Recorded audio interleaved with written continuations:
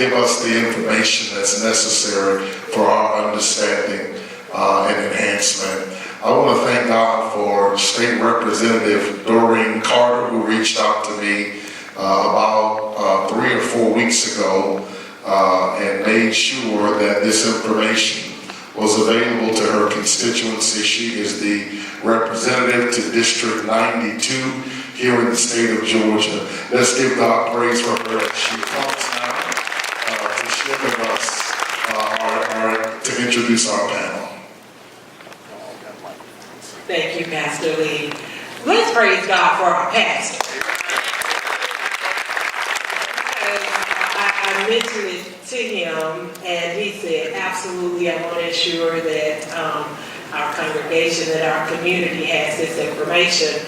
And we were working really hard on trying to find a date. He said, we have to do it before the law goes into effect.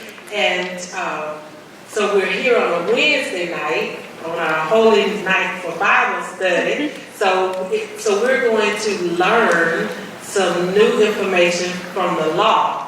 And then we'll still praise God. Amen? Amen. Well, as he said, I'm State Representative Doreen Carter. I represent House District 92, which encompasses parts of DeKalb and Rockdale, and we sit in the center of the district. I serve on a couple committees. One is Education, Special Rules, Small Business, and Code Revision.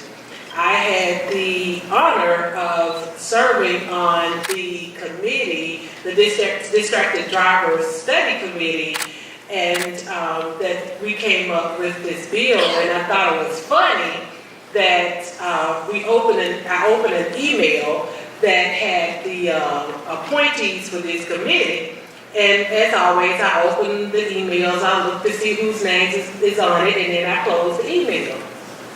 But I thought, wait a minute, that looks like my name. I said, oh, Jesus, who did this? Who put me on a committee that's going to tell folks to put their phones down in the car? I thought, wow. And immediately I knew that I had to change my own behavior because I did not want to be a hypocrite.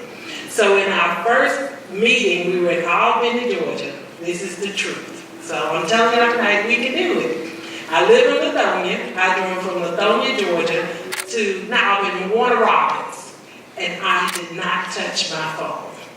I drove back and I did not touch my phone. So part of what we're going to talk, we'll give you the law, but we have to change our behavior. And a couple things that triggered this bill was because so many people were losing their lives and being hurt because individuals were using their phones. Even though we had the no texting and driving, we still had people that were causing loss of life because they were using their phones. And as we traveled around the state of Georgia, we heard stories behind stories about how families had been impacted. And for that alone, that we could say one more life is worth putting our phones down.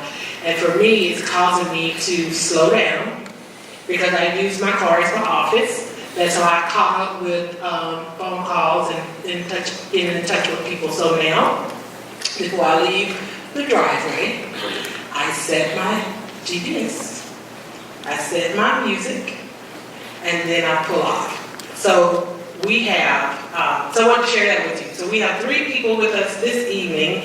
I wanted to ensure that we have a very well-balanced forum. We have law enforcement here, Lieutenant Jake Coggins from Rockdale Sheriff's Office. And he's going to talk to us from the point of view of the law enforcement, if a police officer stops you. We have State Representative Pam Stevenson as our attorney expert. So she's actually a lawyer. So, you know, she gets stopped and you get a lawyer, so she'll give you the lawyer's standpoint, as well as, I think you served on a committee that heard the bill. It's called judiciary. So, judiciary. And then our judge and your former state senator, Ronald Ramsey, who is actually a judge in traffic court in DeKalb County. So we have law enforcement, we have a judge, we have our attorney, and then I actually, as your state representative, sat on the committee. So two things I wanted to clear real quickly, and then I'm going to hand it over to our lieutenant. There were two things that people seem to be very, very concerned about as it related to this bill. I don't know if you saw, there was a flyer that was going around that was telling people they weren't going to be able to stream their music in the car. And so I want to demystify that. You can listen to your music. People upset, Pastor, that they had Apple Music and they were not going to be able to listen to it in the car. But the caveat is you have to engage your music or whatever you're going to do in your car while you're legally parked. And we're going to talk about that. And so you can't use your music. You just have to start it before you start your car. And then the other thing that we're going to spend some time talking about is what is legally parked. And so that was a big concern that some people were having, that if they were pulled over by law enforcement, would they no longer be able to video that dialogue? And the lieutenant's going to break this down to us, what is legally parked, because that is also in the bill. So I just want to tell you real briefly, just put your phone down, none of your laps. We saw a social media picture where someone had a phone rubber band to their head. You will still get a ticket. So let's be clear. You have to put your phone cannot be touching your body. So, and you do not have to go out and buy any special gadget. You can if you would like to for the convenience, but you can put your phone in your cup holder. I got that from the official office. So I wanted to tell you this couple of things that people were really bothered about, and those brief things I wanted to share with you. So now I want to turn it over to Lieutenant Coggins, and he's going to share with us a little bit about the bill from the law enforcement perspective. So be sure I have this turned on. I usually have a headset, and I usually don't like to use a mic. I have a very loud, protect my voice very well. So I'm going to try to do two things at once here. When it comes to the law as it is written, I will leave that for the more expert people that are up here with me than myself. I'm the training coordinator for the Rockdale County Sheriff's Office, so I train all of our employees throughout the year. What we have decided with Rockdale County is that we're going to give a 30-day grace period in regards to the new bill coming into act. Our traffic unit, as of now, are making traffic stops for speeding, reckless driving, following too close, anything of that nature. And they, in the completion of their traffic stop, are educating the general public in regards to the bill that will be enacted on Sunday. And one thing we look at is giving a little bit of a grace period, because it's not just a change in what we do, it's a change in what society does as a whole. That's for young generations, older generations. People that didn't grow up with a cell phone have now become glued to a cell phone. You see it every day when you drive down the road. You see it every day when you go to eat dinner somewhere. Everybody is glued to that cell phone. So we, as a community and as a unit, have to change the way we do everything. Put the phone down. It's quite all right. You can live for 20 minutes of a drive without picking up your phone and answering a text message. We do highly believe in Bluetooth, whether it be a headset or a hands-free device that can be as cheap as $20 and as expensive as up to $100. They clip to your visor.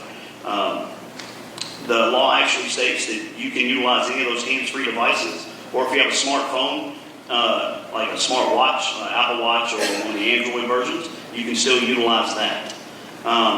When it comes to us, like I said, we're going to give a 30-day grace period. After those 30 days, based off of what Georgia law will be on July 1st, all we have to do is see you support that phone with a part of your body, and we can stop the car. That is one of the first things that it states is, while operating a motor vehicle on the highway of this state, no individual shall physically hold or support with any part of his or her body a wireless telecommunication device, provided that such exclusion shall not prohibit the use of an earpiece, headphone device, or a device worn on the wrist to conduct a voice-based communication. So that is the first line that we read as a law enforcement officer, is the first thing we get to. So if we see you supporting it on your shoulder, holding it in your hand, that in there, as the vehicle is in drive and mobile, is a violation of the code section.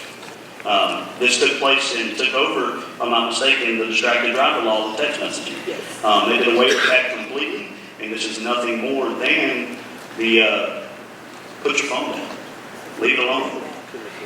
It's the easiest way I can put it. It's the Georgia Hands-Free Act, but put your phone down. Buy a $20 cup phone holder that sticks to the dash or sticks to your windshield. That is perfectly legal.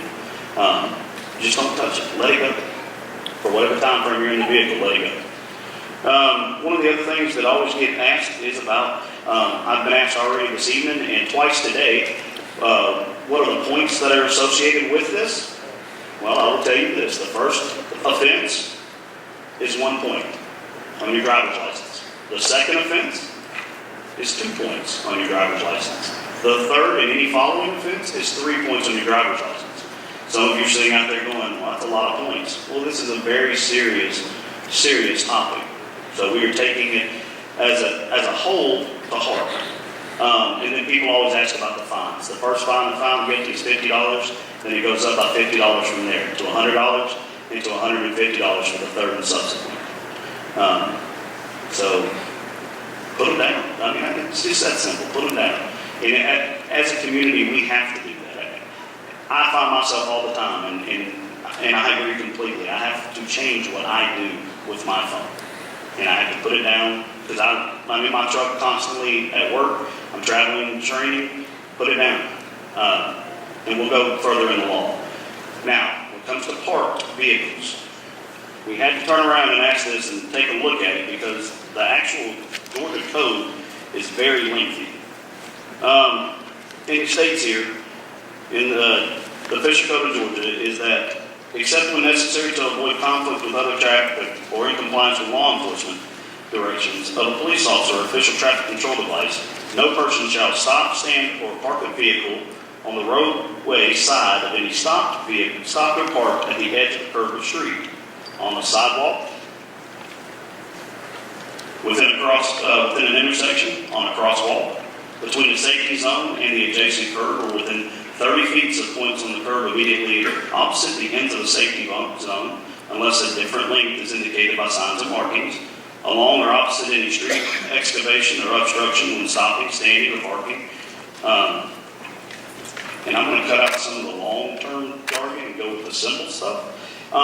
Any type of bridge, railroad tracks, controlled access highway, the areas between roadways or divided highways, any place where official signs prohibit stopping, then to stand or park a vehicle, whether occupied or not, except momentarily to pick up passengers, is in front of a public or private driveway, within 15 feet of a fire hydrant, 20 feet of a crosswalk, 30 feet upon an approach to any flashing signal, stop sign, yield sign, or traffic control, within 20 feet of a driveway entrance to any fire station on the side of the street opposite the entrance to any fire station, within 75 feet of such fire entrance.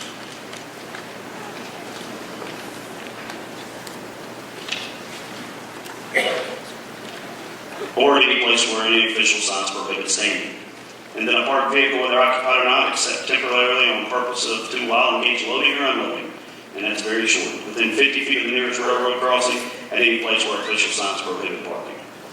So, as far as parked vehicles, if you pull off to the side of the road, out of the roadway, say on the interstate,